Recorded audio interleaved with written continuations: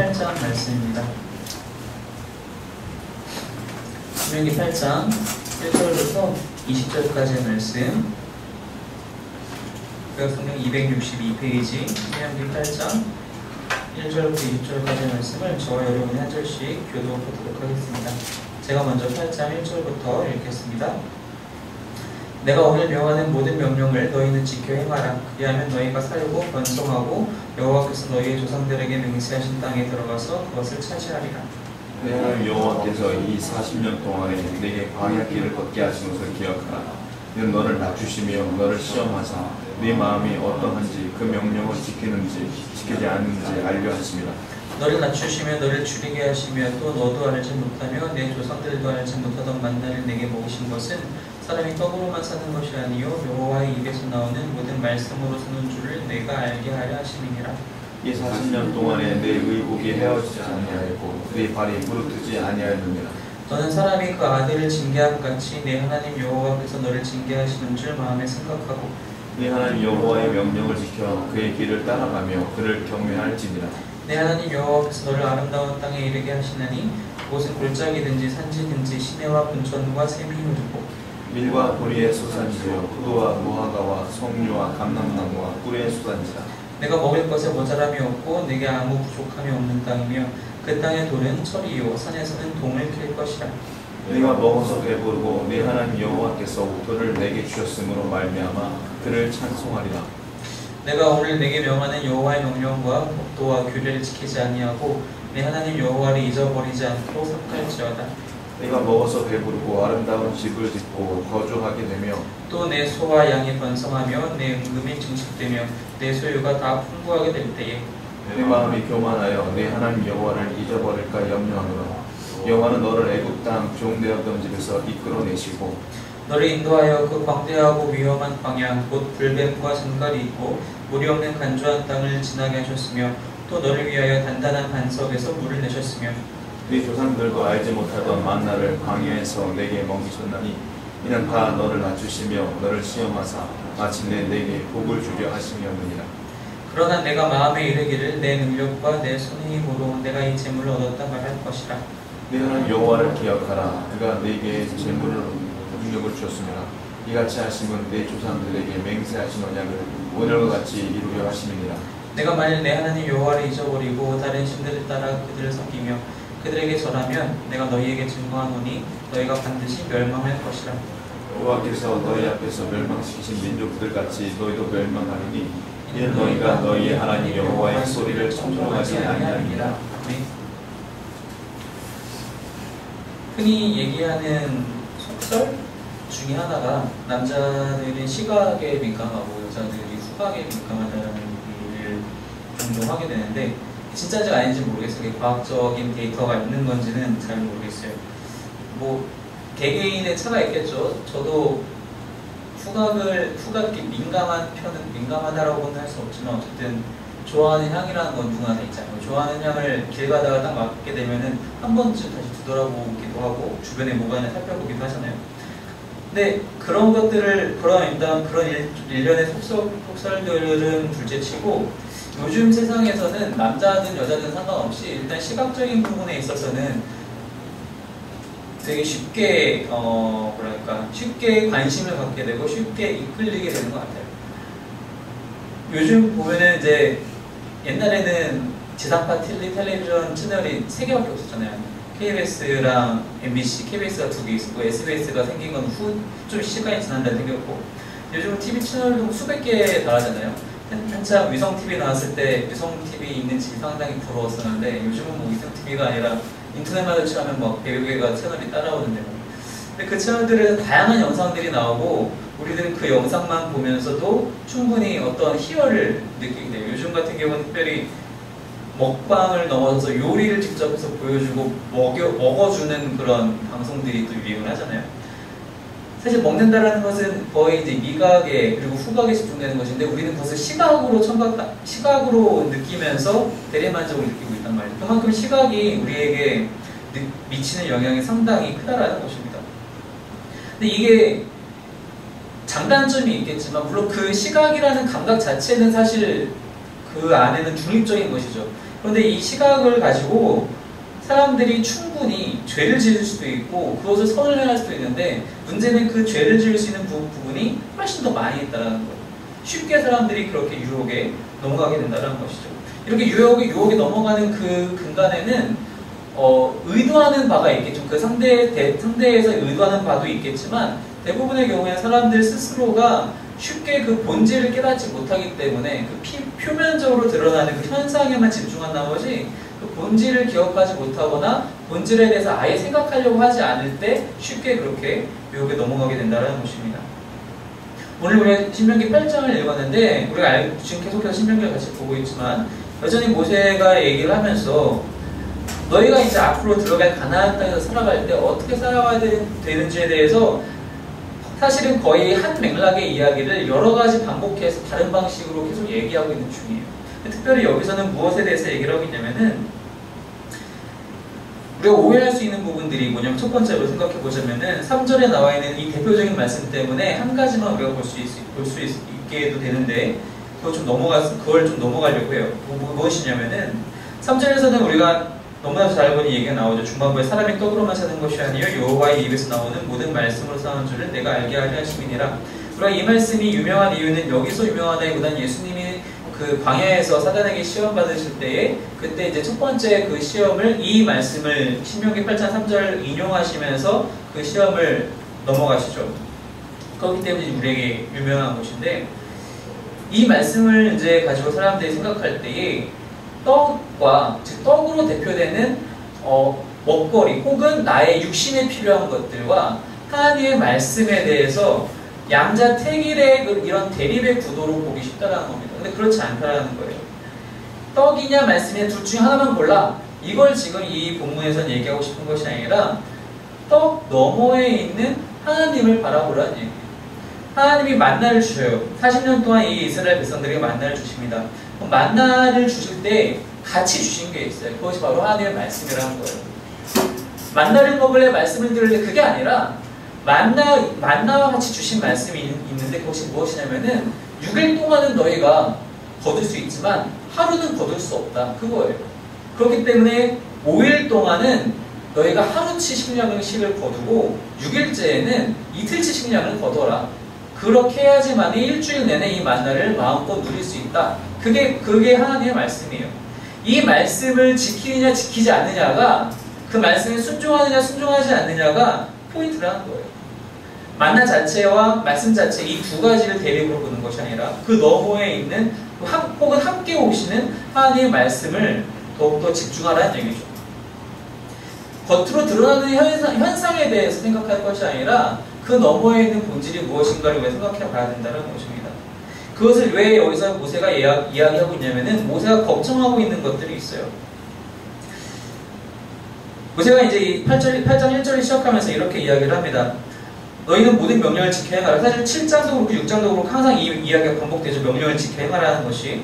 근데 이 명령을 지켜 행해서 그래서 이제 하나님께서 약속하신 그 땅에 들어가서 그 땅을 차지하게 될 것인데 그것은 이제 구체적으로 이 8장에서 어떻게 설명하고 계시냐면은 너를 광야에서 왜 보내게 하셨는지 그것을 기억함으로써 이런 명령들을 지키라는 거예요. 2절 말씀해 보니까 왜 이스라엘 백성이 40년 동안 광야길을 걷게 되었냐? 이는 너를 낮추시며 너를 시험하사 내 마음이 어떠한지 그 명령을 지키는지 지키지 않는지 알려 하십니다. 즉 이스라엘 백성의 믿음을 시험하고 계셨다는 거예요. 40년 동안. 말씀에 순종하느냐 하지 않느냐. 3절 말씀은 여전히 동일하게 너를 낮추시며 너를 줄이게 하시며 또 너도 알지 못하며 내 조상들도 알지 못하던 만나를 내게 먹이신 것은 떡으로만 사는 것이 아니요 말씀으로 사는 줄을 내가 알게 하려 하십니다. 즉 말씀에 대해서 이들이 얼마나 신뢰하고 순종하고 의지하느냐에 대해서 그것을 시험하시고 또 훈련시키시기 위해서 광야의 40년을 보내셨다는 거예요. 그래서 그 광야 40년을 보내시면서 왜 그런 일들을 행하셨느냐? 7절 말씀에 내 하나님 여호와께서 너를 아름다운 땅에 이르게 하시나니 그곳은 골짜기든지 산지든지 이런 식으로 진행이 되는데 그 바로 전까지가 이제 그 말씀을 지키고 여호와를 경외하는 얘기가 나오잖아요. 근데 사실 7절에서 이게 지금 히브리어 본문에서는 있지만 여기서 한글 성경에서 번역되면서 빠진 단어가 한 가지가 있는데 그게 바로 왜냐하면이라는 단어예요. 7절을 시작하면서 사실은 왜냐하면이 붙어야 돼요. 경외할지니 6절 후반부에 그를 경외할지니라. 왜냐하면 내 하나님 여호와께서 너를 아름다운 땅에 이르게 하실 것이기 때문이다. 왜냐하면 그러면서 이 7장 중반부터의 이제 이야기는 그 땅에 대한 설명이에요. 근데 아름다운 땅에 이르게 하시기 때문이다. 그런데 그 땅은 어떤 땅이냐? 시내와 분천과 샘이 흐르고 즉 물이 가득하다는 얘기죠. 광야에서는 물이 없었는데 밀과 보리에 솟아지고 포도 무화과 석류 감람나무 꿀에 솟아지고 이거 가득하다는 얘기죠. 모자람이 없고 부족함이 없고 철도 나고 동도 나고 먹어서 배부르고 옥토도 주시고 옥토가 있는 그런 땅이래요. 그런 땅을 너희에게 주시기 때문에 너희가 하나님을 경외해야 한다. 이렇게 이야기하고 있다는 겁니다. 그리고 그 명령을 지켜야 된다는 것이죠. 이거는 두 가지로 우리가 생각을 해봐야 돼요. 첫 번째는 무엇이냐면은 너희가 이렇게 하나님 말씀을 잘 지키면 너희가 하나님께 이러한 복을 받게 될 거야. 그 땅에 들어가서. 이게 첫 번째 의미예요. 이 첫 번째 의미는 우리가 누구나 다 알 수 있는 이야기죠. 아하, 내가 하나님께 열심히 순종하고 하나님의 말씀을 의지하고 신뢰하면 하나님이 나에게 복 주시는구나. 그걸 누구나 생각할 수 있는 쉬운 이야기예요. 또 한 가지 우리가 생각해 봐야 될 것은 왜냐하면 너희가 말씀을 잘 지켜야 된다. 왜냐하면 그 땅에 들어가면 이런 것들이 가득하기 때문인데 이러한 것들이 가득하기 때문에 너가 조심함으로써 말씀을 잘 지켜야 된다는 뜻이에요. 그 이야기, 그 근거가 17절에 나옵니다. 그 14절에도 나오죠. 13절 후반부에 이것이 다 풍부하게 될 때에 14절에 내 마음이 교만하여 하나님을 잊어버릴까 염려한다는 거야. 17절에도 내가 마음에 이르기를 내 능력과 내 손의 힘으로 내가 이 재물을 얻었다 말할 것이라. 즉 지금 내가 훈련하지 않으면 하나님의 말씀에 대해서 내가 지금 훈련하지 않으면 순종의 훈련을, 신뢰의 훈련을, 믿음의 훈련을 하지 않으면 내가 그 땅에 들어가서 모든 것이 풍족해질 때에 쉽게 하나님을 잊어버리게 된다는 거예요. 내가 그 땅에 들어가서 바라보게 된 현상들에 혹해서 그 너머에 있는 그것을 나에게 허락하신 하나님을 잊게 된다는 겁니다. 그렇기 때문에 너는 지금 훈련해야 된다. 지금부터 말씀에 순종해야 되고 신뢰하는 훈련을 지금부터 해야 된다라고 모세가 지금 이야기하고 있다는 것입니다. 사람들은 흔히 쉽게 이러한 것들에 넘어가게 돼요. 나에게 주어지는 것들, 내가 받게 되는 것들, 나에게 닥쳐오는 일들에 대해서 그것에 집중한 나머지 그 뒤의 것들을 우리가 놓칠 수 있다는 것입니다. 그것이 나에게 좋은 것이 됐든 나에게 나쁜 것이 됐든 마찬가지예요. 지금 여기서 모세가 이야기하는 것과 같이 나에게 앞으로 이러한 복들이 찾아올 때에 우리가 쉽게 그것을 잊을 수 있다는 거예요. 그것을 누가 주셨는지에 대해서. 가나안 땅에 들어가면 실제로 정말로 놀라운 그런 하나님의 축복들을 받게 되잖아요. 이들이 이제 지금은 이제 들어가기 바로 얼마 전이지만 광야에 처음 들어갔을 때 정탐을 하면서 그들이 어떻게 묘사하죠? 와, 정말 포도송이가 엄청나게 커요. 포도송이를 정말 이렇게 어깨에 메고가 될 정도예요. 라든가 엄청난 적각불이 흐르는 그런 정말 좋은 땅이에요. 라고 반응을 하자. 그렇게 정탐을 하고 돌아오잖아요. 정말로 그런 땅이에요. 광야에서의 삶과는 정말 비교할 수도 없는 좋은 땅인데 그 땅에 들어가서 그런 것들을 누리고 살다 보니 그런 것들만 보이게 된다는 거예요. 물론 처음부터 그러진 않았겠죠. 물론 처음부터 그럴 수는 없었겠죠. 왜냐면은 이들이 겪어온 게 있잖아요. 40년 동안 겪어온 게 있었고 요단강을 건너가면서 이들이 벌써 하나님께서 체험시켜주신 그 놀라운 일들도 있었고 들어가자마자 첫 번째 전투인 여리고 전투에서도 정말 상상할 수 없는 상식 이상의 것들의 방식으로 전투에 승리하잖아요. 즉 그런 것들 날마다 하나님을 경험했기 때문에 처음에는 그 받은 복에 대해서 아마 하나님을 잊지 않을 수가 없을 거예요. 그래서 점점 이 시간이 지나가면서 이것이 당연하다라고 혹은 이것이 나 때문이다라고 혹은 이것이 가나안 땅에서 이런 이방 민족들이 함께 섬겼던 그 바알을 섬겨서 바알은 풍요의 신이거든요. 내가 이런 것들을 잘해서 그런 거 아닐까? 혹은 내가 사실은 유목민인 줄 알았는데 나 사실 농업의 기술이 있는 거 아니야? 이렇게 생각하게 된다는 거죠. 그렇게 됐을 때에는 분명히 하나님께서 말씀하셨듯이 이 19절, 20절에서 말씀하신 것 같이 너희가 반드시 멸망할 것이다. 자기에게 찾아오는 복을 너무 쉽게 자기 것이라고 그리고 나의 능력으로 인한 것이라고 착각하기 쉽다라는 것입니다. 그거와 또 다른 이치에서 우리에게 고난이 찾아올 때도 사실은 이런 일들이 쉬워요. 즉 이것이 나에게 어떤 어려운 일들이 고난에 닥쳐왔을 때에 우리는 이것을 너무 쉽게 하나님이 나에게 믿음의 연단을 주시나 보다라고 너무 쉽게 판단할 때도 있다는 거예요. 사실 항상 그렇지는 않죠. 나에게 찾아오는 고난과 어려움이 항상 하나님의 시험은 아니에요. 내 잘못인 경우가 사실 더 많을 수가 있어요. 내가 지금 무엇을 받았느냐가 중요한 것이 아니라 그것이 누구로부터 왔느냐가 훨씬 더 중요하다는 거예요. 내 눈앞에 있는 그 상황, 내 눈앞에 주어진 것들, 이 표면적으로 드러난 것들에 우리가 집중할 것이 아니라 그 너머에 그것을 누가 주셨는지, 왜 주셨는지에 대해서 우리가 더 봐야 된다는 것입니다. 이스라엘 백성들이 40년을 광야에서 보내면서 날마다 기뻐하면서 날마다 하나님과 동행했나? 그렇지 않아요. 엄청나게 불만과 불평을 터뜨렸고, 모세 내려와라, 우리끼리 가겠다, 아니다 애굽으로 돌아가겠다, 날마다 그랬어요. 왜 그랬을까요? 광야의 삶은 정말 힘들거든요. 혹독하거든요. 저는 가보지 못했지만 다녀오신 분들 이야기를 들어보면은, 야, 내가 여기서 하룻밤이라도 지낼 수 있을까? 예전에 이제 다른 어떤 장로님, 나이가 있으신 장로님이 이제 성지순례를 다녀오시면서 그렇게 말씀하시더라고요. 그분이 이제 한 60 근처에서 이제 성지순례를 다녀오셨는데, 광야를 이제 딱 들어가서 버스를 타고 처음에 들어간대요. 들어가가지고 한번 직접 내려보세요라고 한대요. 내려보면은 당연히 밤에는 안 돌아다닐 테니까 대낮이잖아요. 대낮에 거기 딱 내려가는 순간, 버스에서 딱 나오는 순간, 야, 내가 죽겠다 라는 생각이 든대요. 근데 거기서 40년이라니요. 암담하죠. 이스라엘 백성들은 날마다 눈앞에 그게 보이는 거예요. 휘몰아치는 모래바람과 풀 한 폭이 없는 땅과 물 한 모금 마실 수 없는 그 광활한 광야를 날마다 보고 있는 거예요.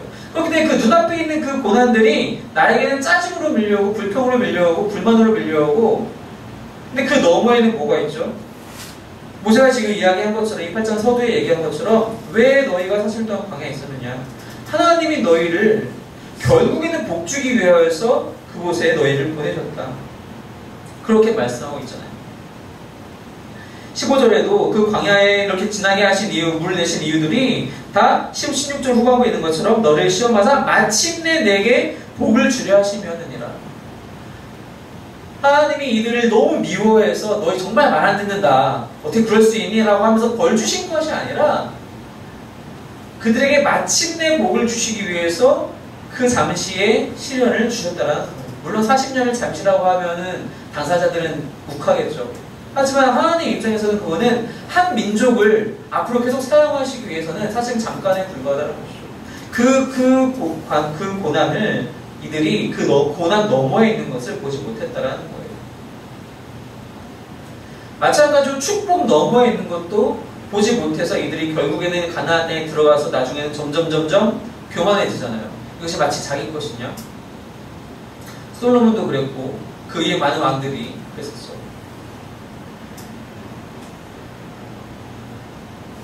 이것을 우리가 해결하기 위해서는, 즉 내 앞에 있는 것에 집중하지 않고 그 현상이 아닌 그 너머에 있는 본질, 즉 그것을 누가 주셨는지, 그리고 이것을 나에게 왜 주셨는지, 그것과 따라온 하나님의 말씀은 무엇인지, 그것을 우리가 늘 바라볼 수 있으려면은 우리가 해야 될 것은 날마다 하나님을 기억하는 것입니다. 그래서 8장을 쭉 읽으면은 계속적으로 반복되는 단어가 기억하라, 잊지 말아라예요. 기억하라, 잊지 말아라. 하나님을 날마다 기억해야 된다는 거예요. 제가 이때 이스라엘 백성으로 살아보지 않아서 너무 쉽게 판단하는 건지는 모르겠지만, 날마다 구름기둥, 불기둥을 보면서 어떻게 하나님을 기억할 수 없을까? 어떻게 이렇게 맨날 불평할 수 있을까? 사실은 좀 의아하긴 해요. 제가 그때 살아보지 못했으니까. 물론 제가 그때 살았다면 저는 더 했을지도 몰라요. 하지만 이 사람들도 그렇고 지금 우리도 그렇고 사실은 기억할 수 있는 것들이 상당히 많이 있어요. 40년 동안 날마다 그치지 않았던 만나와 불기둥과 구름기둥과 같이 우리에게도 사실 날마다 기억할 수 있는 하나님의 은혜가 있다는 거예요. 우리가 지난 세월 가운데 수십 년을 살아오면서 그 기간 동안 단 한 번도 하나님의 은혜가 없었다라고 우리가 단언할 수 있는, 그럴 수 없어요. 오히려 날마다 매 순간이 하나님의 은혜였다라고 얘기할 수밖에 없어요. 그렇다면 하나님을 기억하는 것은 우리한테 쉬워야 되는데 사실 쉽지 않아요.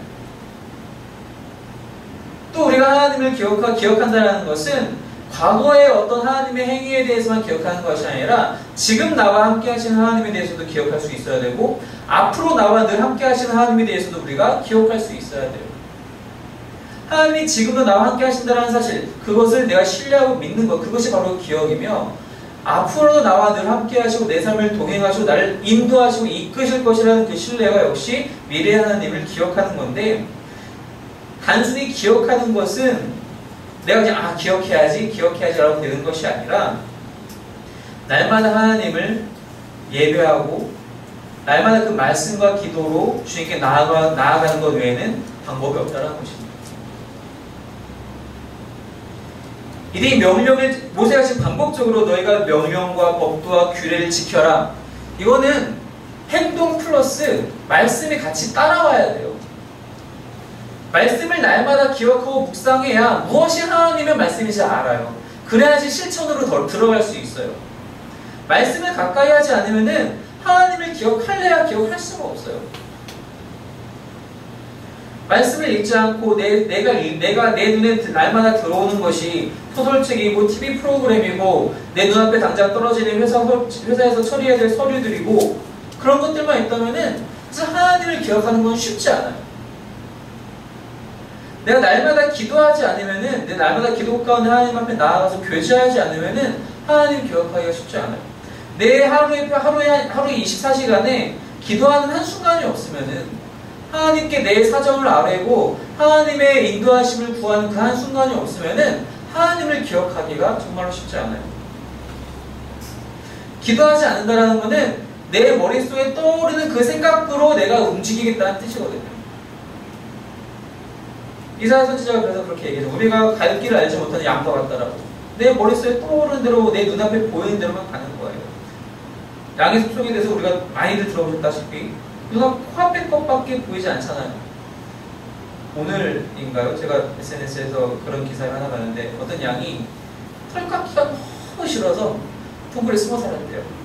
분명히 이 양은 목동이 치는 양이, 그러니까 그 야생으로 살아가는 양이 아니라 누군가의 소유의 양인데 날마다 도망다닌 거예요. 그냥 털 깎기가 싫어가지고 사진이 나왔는데 정말 털이, 근데 그게 잘못하면은 이제 더 이상 방치할 수 없는 상황이 됐죠. 왜냐하면 그렇게 양이 털이 이렇게 수북하다는 얘기는 엄청난 병균들 세균들이 간에 크다는 거거든요.